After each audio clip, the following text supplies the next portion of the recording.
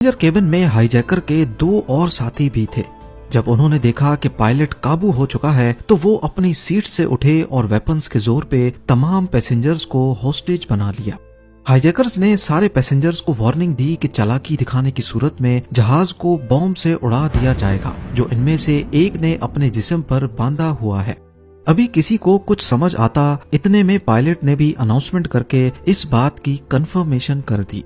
पीके 544 के cabin crew में pilot captain Uzair Khan, को pilot first officer Mohammad Faisal, जबकि दो एयर होस्टेस खालिदा अफरीदी और अस्मा ईरानी समेत एक ग्राउंड इंजीनियर सजाद चौधरी भी शामिल थे। तीनों हाईजैकर्स बज़ाहिर पढ़े लिखे नहीं लगते थे।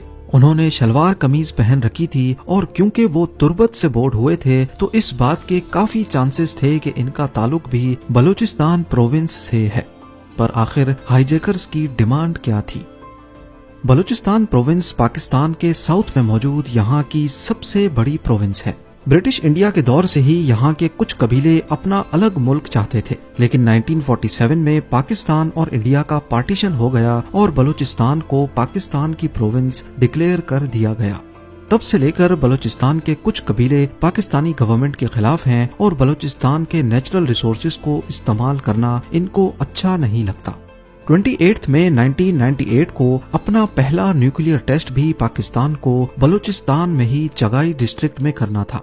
रिपोर्ट्स के मुताबिक यहाँ की लोकल पॉपुलेशन को खतरा था कि अगर न्यूक्लियर टेस्टिंग इस एरिया में हुई तो इनको इसके भयानक नतायज भुगतने पड़ेंगे।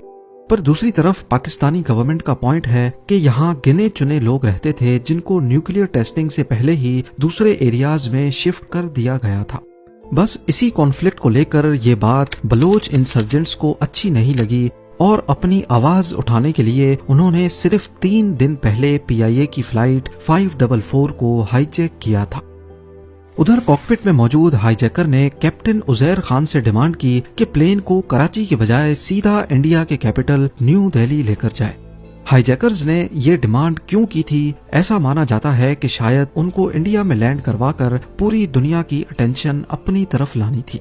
उनका ख्याल था कि हम पाकिस्तानी गवर्नमेंट के खिलाफ हैं तो शायद हमें इंडिया में सॉफ्ट कॉर्नर मिल जाएगा, क्योंकि ऐसा ही एक वाकया 5 साल पहले 1993 में हो चुका था। इंडियन एयरलाइंस की फ्लाइट 439 दिल्ली से मद्रास की तरफ जा रही थी जब उसको एक सिख ट्रक ड्राइवर ने अकेले हाईजैक किया और जहाज को पाकिस्तान में लाहौर इंटरनेशनल एयरपोर्ट लेकर जाने की डिमांड की। परमिशन ना मिलने पर जहाज को अमृतसर में ही लैंड करवाया गया, जहां हाईजैकर ने मीडिया पर प्रेस कॉन्फ्रेंस करने के बाद खुद को सरेंडर कर दिया। शायद बलोच हाईजैकर